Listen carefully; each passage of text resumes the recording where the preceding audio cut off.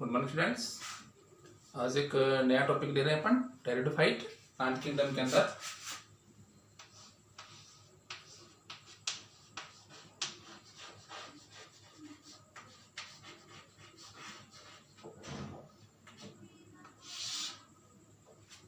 Pteridophyte इसके मुख्य क्या लक्षण या विशेषताएं होती हैं, तो वो हम यहाँ जानेंगे टेरिडोफाइटा के बारे में। जैसे हमने ब्रायोफाइटा में बताया था आपको कि जो ब्रायोफाइटा जो होते हैं वो क्या होते हैं, उभयचर होते हैं पादप जगत के, क्योंकि जल और थल दोनों में अपना जीवन व्यतीत करते हैं। जैसे कि अपना मेढक है, इसको अपन क्या बोलते हैं, उभयचर। तो ये तो जंतु जगत के उभयचर है, और ब्रायोफाइटा क्या होते थे, अपने पादप जगत के उभयचर, एम्फीबियंस ऑफ प्लांट किंगडम्स। इसी प्रकार से जो टेरिडोफाइट जो होते हैं, इनकी जो मेन प्लांट बॉडी जो स्ट्रक्चर होती है वो बहुत ज्यादा सर्प के समान सर्पिल क्रम में टेढ़ी मेढ़ी, और ये मतलब सपोर्ट के सारे ऊपर चढ़ जाते हैं, जमीन पर ही इस प्रकार से फैले रहते हैं। तो टेरिडोफाइट को अपन क्या बोलते हैं, पादप जगत का सरीसृप, रेप्टाइल्स ऑफ प्लांट किंगडम। तो ये तो कॉमन नेम, इनको इस नाम से जाना जाता है।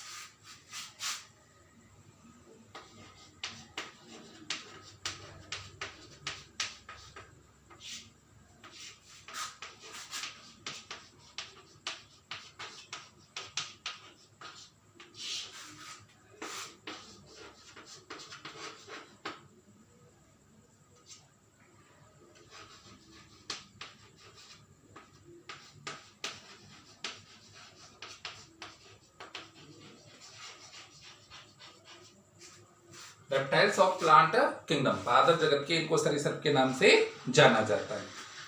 अब इसकी जो कैरेक्टर की बात करें अपन,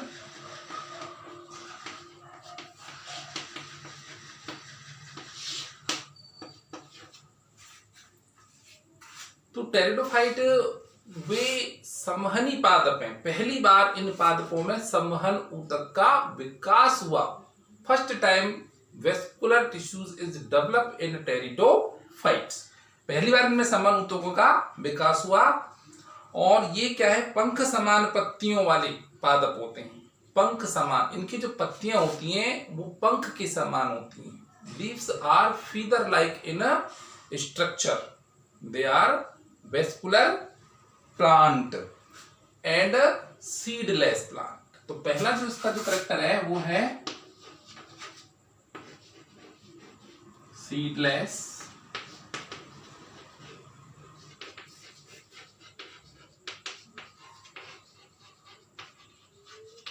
seedless, feather like leaves and vascular plant।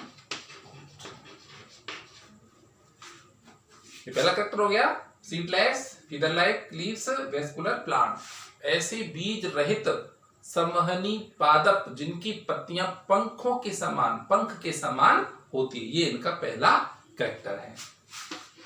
जैसे ब्रायोफाइटा मुख्य रूप से नम छायादार पहाड़ी स्थानों पर उगते हैं, उसी प्रकार से टेरिडोफाइट भी सदैव नम एवं छायादार स्थानों पर, पहाड़ी स्थानों में पाए जाते हैं। They are grow in moist shady places in hilly areas.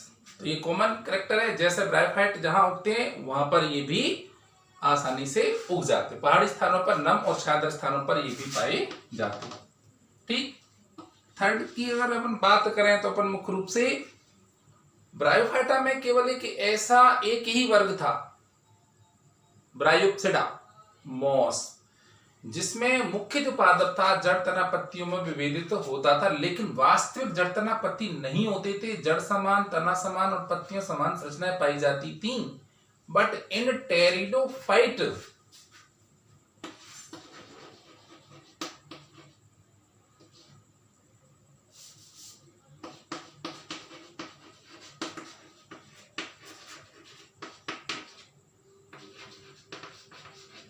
plant body is differentiated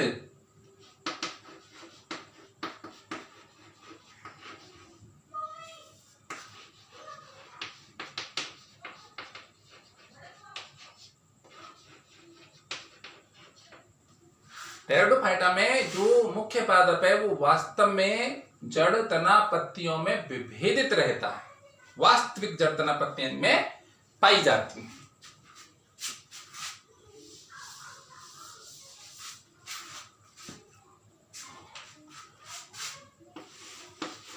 चौथा, अभी हमने बात की थी इसमें जो संवहन ऊतक है वो अति विकसित होते हैं।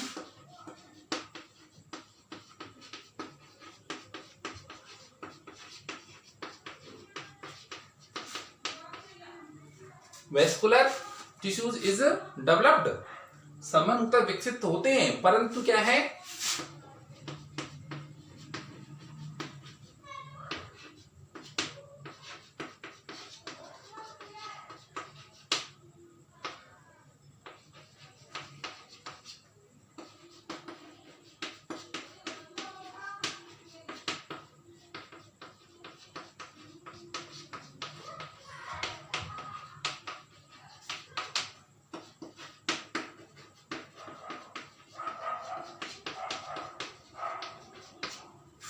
सामान्यतः विकसित होते हैं, परंतु जाइलम में वाहिकाओं का और फ्लोएम में सहकोशिकाओं का अभाव पाया जाता है। आप लोगों ने 10th तक पढ़ा होगा कि जाइलम और फ्लोएम में 4 प्रकार के कोशिकाएं पाई जाती हैं, वाहिकाएं, वाहिनिकाएं, जाइलम मृदुतक, जाइलम जड़ोतक। Xylems contain 4 types of cells, xylem tracheids, xylem vessels, xylem parenchyma and xylem sclerenchyma.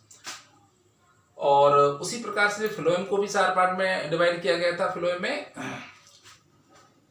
Sieve tubes, companion cells, phloem parenchyma and phloem sclerenchyma. तो 4 पार्ट्स में डिवाइड थी। लेकिन टेरिडोफाइटा में क्या है, यहां पर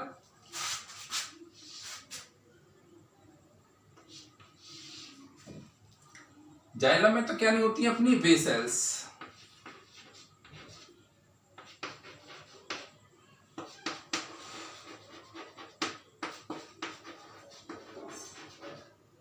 और फ्लोएम में क्या नहीं होती हैं,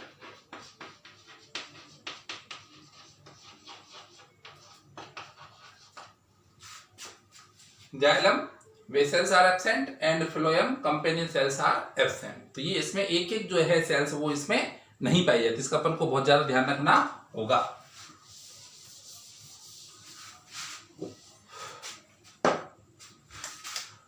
फिफ्थ पॉइंट है, इनमें 2 टाइप्स की लीव्स पाई जाती हैं। छोटे आकार की पत्तियां ये पाई जाती हैं साइलोटा में, और बड़े आकार की पत्तियां पाई जाती हैं वो पाई जाती हैं सेलेजिनेला में।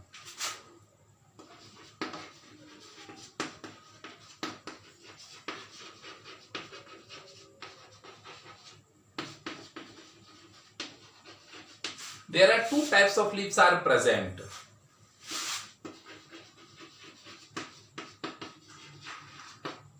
Small side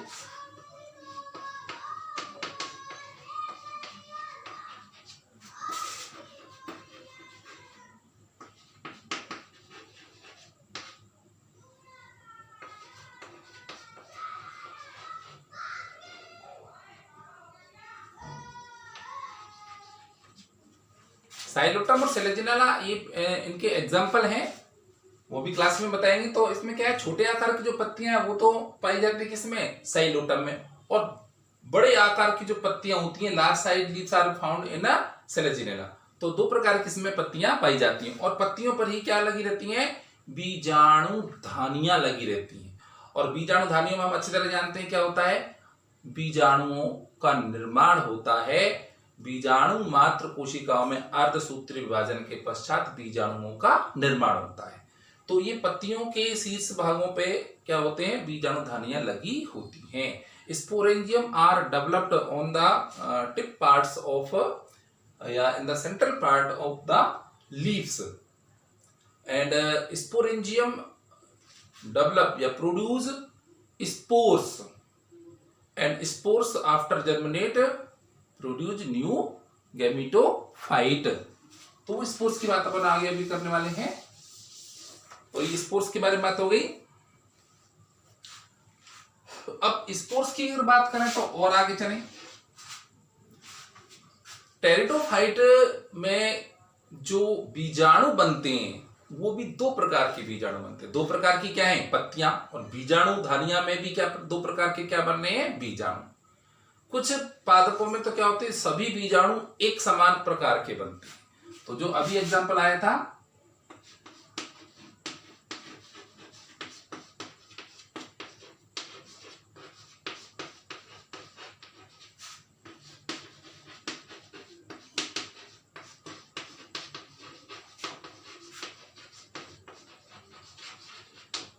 two types of spore form in a pteridophyte. Pteridophyte में दो प्रकार के बीजाणु निर्माण होता है। एक तो होते हैं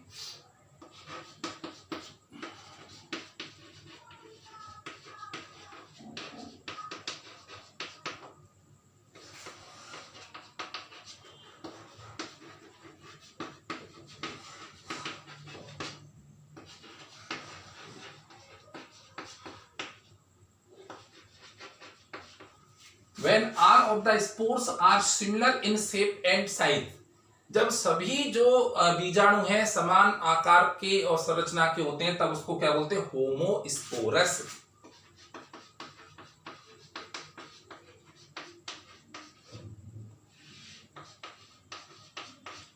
और उसके इस गुण को समबीजाणुता। when all of the produced spores are similar in shape and size, now this condition of spores called homospores and this property is called homosporous। ठीक है ना? अदर एंड इसको रफ कर दो।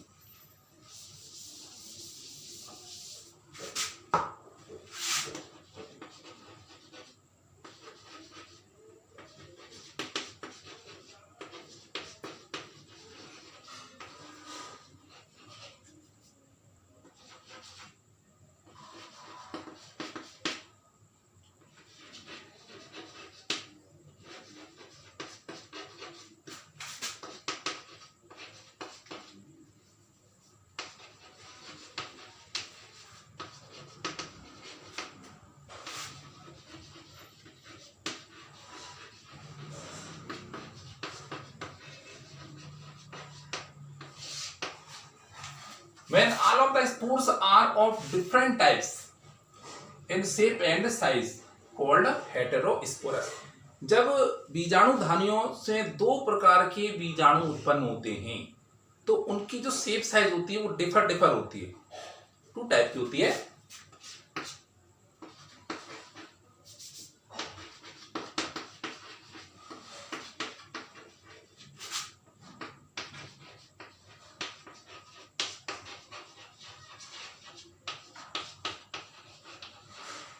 माइक्रोस्पोर्स,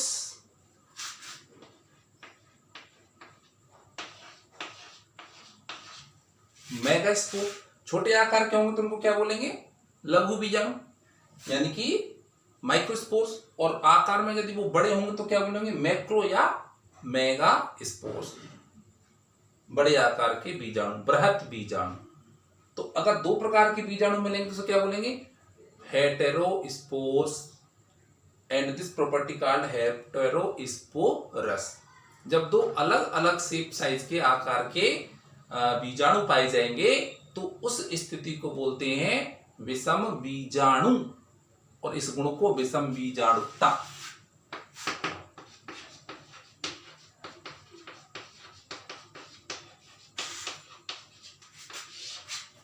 विषम बीजाणु और फिर इस प्रॉपर्टी को क्या बोलेंगे? विषम बीजाणुकता।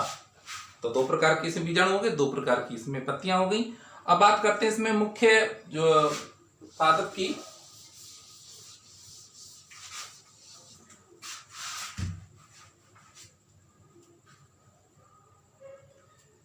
इनमें जो मुख्य जो पादप होता है ब्रायोफाइटा में, तो क्या होता था अपना मुख्य पादप, मुख्य पीढ़ी कौन सी होती थी? युग्मकोद्भिद। अभी चीजें ज्यादा क्लास में बेटर समझ में आती हैं क्योंकि इतना ज्यादा क्लियर नहीं हो पाएगा। युग्मकोद्भिद, बीजाणुभिद, और ये कंफ्यूजन रहता है क्या होती है। ये पादप होते हैं युग्मकोद्भिद और बीजाणुभिद, गैमेटोफाइट एंड स्पोरोफाइट। ये क्या है? जीवन चक्र में अवस्थाएं होती हैं जो आती जाती रहती है। तो यहाँ जो टेरिडोफाइट में मुख्य जो प्रभावी पादप की अवस्था होती है वो होती है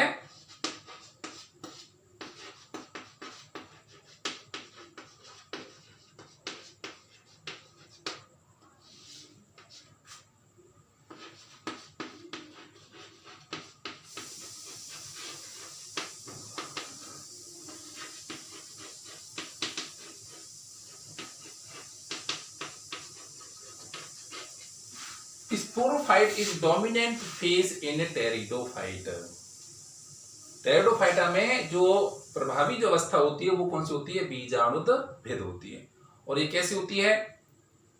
क्लोरोफिल युक्त होती है, स्वयंपोषी होती है और किसी पर भी डिपेंडेंट नहीं होती है, लंबे समय तक जीवित रहने वाली अवस्था मानी जाती है।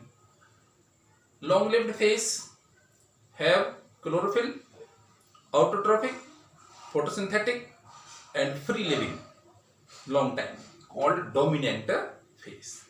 ठीक है, और dominant phase के बाद अपन आगे चर्चा करेंगे।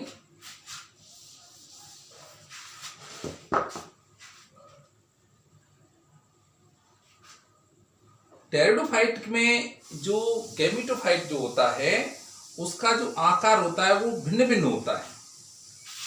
जो भी कैरेक्टर है,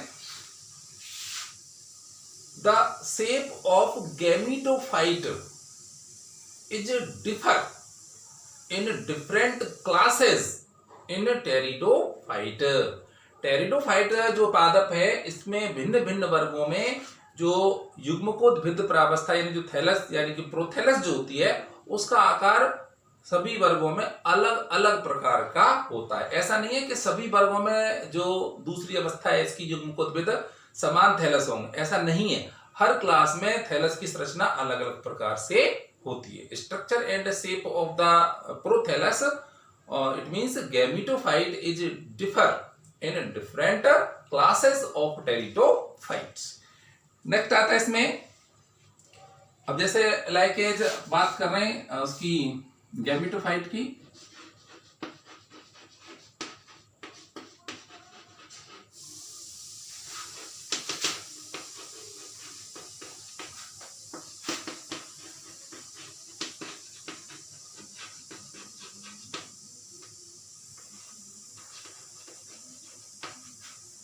फर्न जो प्लांट है टेरिडोफाइटा उसमें जो गैमेटोफाइट है वो कैसा है? हार्ट शेप, हृदय आकार का प्रोथैलस युग्मकोद्भिद पाया जाता है। फर्न पादप का नाम है, उसमें ये पाया जाता है। लाइकोपोडियम में बेलनाकार होता है।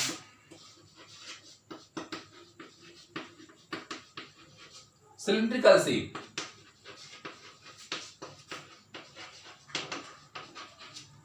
लाइकोपोडियम भी एक इसका प्लांट है टेरिडोफाइटा का, इसमें ये बेलनाकार, बेलन के समान सिलिंड्रिकल शेप में पाया जाता है। और अगर मान लीजिए इनके अंदर गैमेटोफाइट है ये, और गैमेटोफाइट में क्या रहेगा अपना पर्णहृत नहीं होता। जैसे मान लीजिए गैमेटोफाइट जो है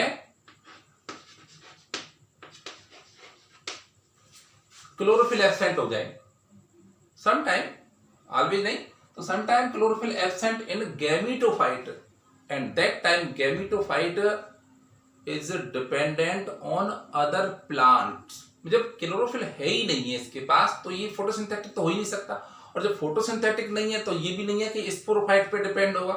ये किसी भी अदर प्लांट पर अपने फूड न्यूट्रिशन के लिए डिपेंड हो जाता है, ऑलवेज नहीं, सम टाइम। तो इस बात का अपन को ध्यान रखना है, क्योंकि टेरिडोफाइट एक ऐसा पादप है जिसमें जो दोनों अवस्थाएं होती हैं, गैमेटोफाइट, स्पोरोफाइट, युग्मकोद्भिद और बीजाणुभिद, ये दोनों एक दूसरे पर डिपेंड कम ही होती हैं। फ्री, गैमेटोफाइट भी फ्री है और स्पोरोफाइट भी फ्री है, दोनों फ्री लिविंग स्टेज में पाए जाते हैं, not depend on each other like as bryophyta, but only few time for the development of embryo.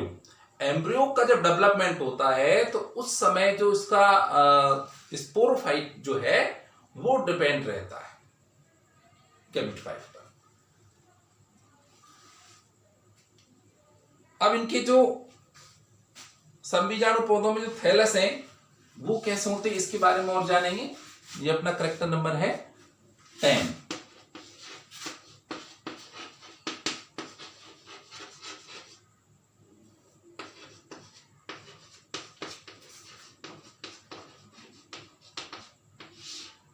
Prothallus, ये कौन सी अवस्था होती है?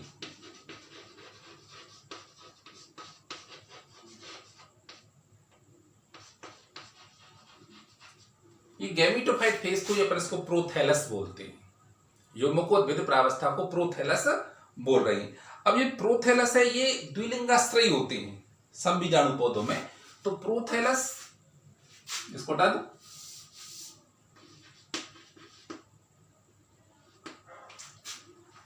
प्रोथैलस कैसे होते हैं? द्विलिंगाश्रयी, मोनोसियस होते हैं। प्रोथैलस आर मोनोसियस इन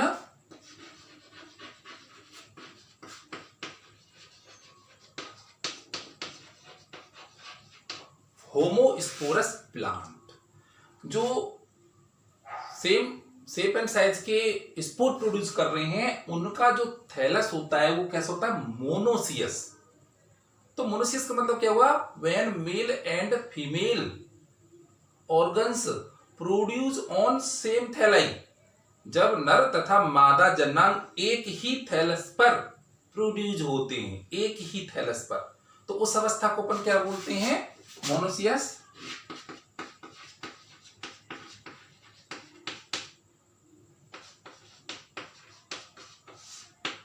द्विलिंगाश्रयी, दोनों लिंग नर तथा मादा सेक्स ऑर्गन एक ही थैलस पर होते हैं। फिर में तभी तो क्या है, जब एक ही थैलस पर होंगे तो जितने भी बीजाणु उत्पन्न होंगे कैसे होंगे? समान प्रकार के सब बीजाणु, जब भी तो आएगा होमोस्पोरस कंडीशन में।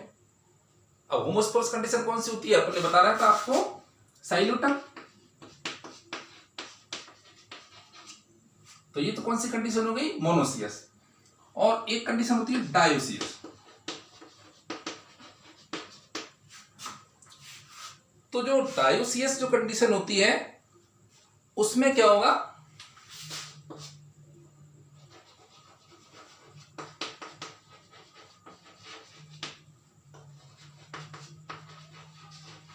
Mail and female sex organ produce different थैलाई।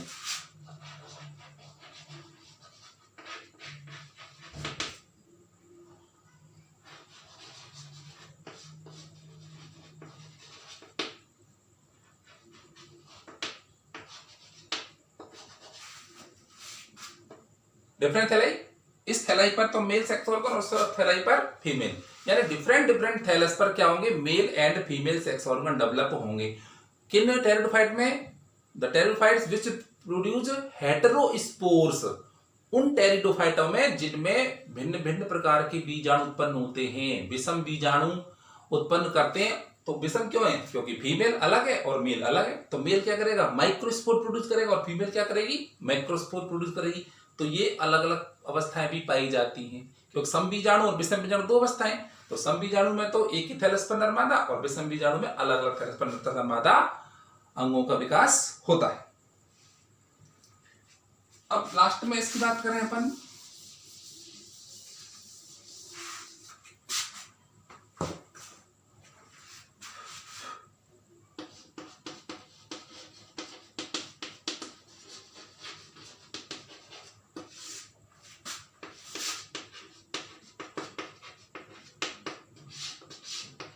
निषेचन की। तो एक तो वो इनमें सामान्यतः जो लैंगिक जनन ही पाया जाता है, और लैंगिक जनन जब होगा तो क्या होगा? नर तथा मादा युग्मकों का निर्माण होगा, और नर मादा युग्मक जब आपस में मिलेंगे तो क्या होगा? निषेचन। Male and female gamete come and contact, it means fuse each other, called fertilisation, and water is necessary for the fertilisation. निषेचन की जल आवश्यक होता है। तो इसमें निषेचन के बाद क्या बनेगा?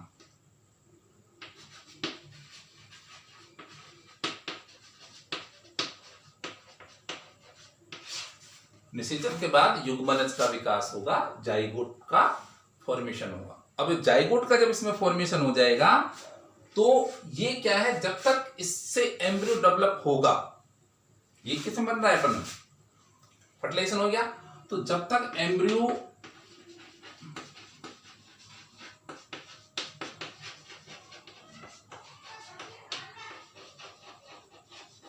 डेवलपमेंट नहीं हो जाता है, तब तक ये जो बीजाणु विधि है उसमें विभेदित रहेंगे।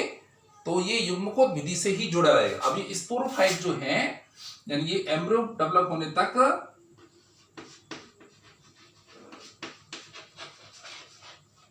Sporophyte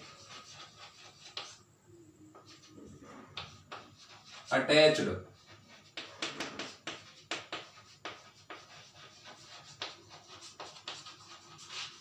gametophyte. When the complete embryonic development sporophyte connected या sporophyte attached with gametophyte for some times, जब तक कि युग्मनज से भ्रूण का पूर्ण विकास नहीं हो जाता तब तक जो दुग्ध अवस्था है ना बीजाणुद्भिद, वो कुछ समय के लिए युग्मकोद्भिद से जुड़ी रहती है। मादा युग्मकोद्भिद फीमेल गैमेटोफाइट से अटैच्ड रहती है, लेकिन डिपेंडेंट नहीं है, कुछ समय के लिए, और तुरंत ही क्या होती है, सेपरेट हो जाती है एंड फ्री स्पोरोफाइट में कन्वर्ट हो जाती है। तो ये इसके क्या हो गए अपने टेरिडोफाइटा के ओनली मेन अपना कैरेक्टर्स, और इसके अंदर जो होगा वो आपको क्लासिफिकेशन के अंदर बता दिया जाएगा। तो क्लासिफिकेशन अपन आपको कर लेंगे, वरना वीडियो काफी बड़ी हो जाती है। कोई भी वीडियो आपके पास जाती है तो उसको कम से कम 2 बार तो देखें। पीडीएफ से नोट्स आपने उतार ली, लिखते समय कुछ तो समझ में आ ही जाता है, फिर उसको वीडियो को 1 बार देखें, फिर उसको 2 बार। कुछ तो बच्चे देखते ही नहीं, क्यों हमारे पास रिपोर्ट आ जाती है क्यों जो व्यूवर्स होते हैं उसमें ओनली 30 से लेकर के 35 स्टूडेंट है, जबकि both Hindi and English medium में अपने student at present about between 80 to 90 हैं। तो 80 to 90 स्टूडेंट हैं, तो कम से कम 1 बार भी अगर देखेंगे तो उसका मतलब क्या हो गया, 80 to 90 व्यूज तो आने चाहिए। 30 से 35 देखते ही नहीं है वीडियो को, आपको प्रॉब्लम आएगी। इस मंडे से, आने वाले मंडे से आपके टेस्ट चालू होने वाले, क्लास टेस्ट चालू होने, और उससे नेक्स्ट मंडे को माइनर टेस्ट, और फिर उसकी रैंक लिस्ट बनेगी, और रैंक लिस्ट के बेस पर अपने स्कूल में प्राइज वगैरह आपको पुराने स्टूडेंट सारे जानते हैं।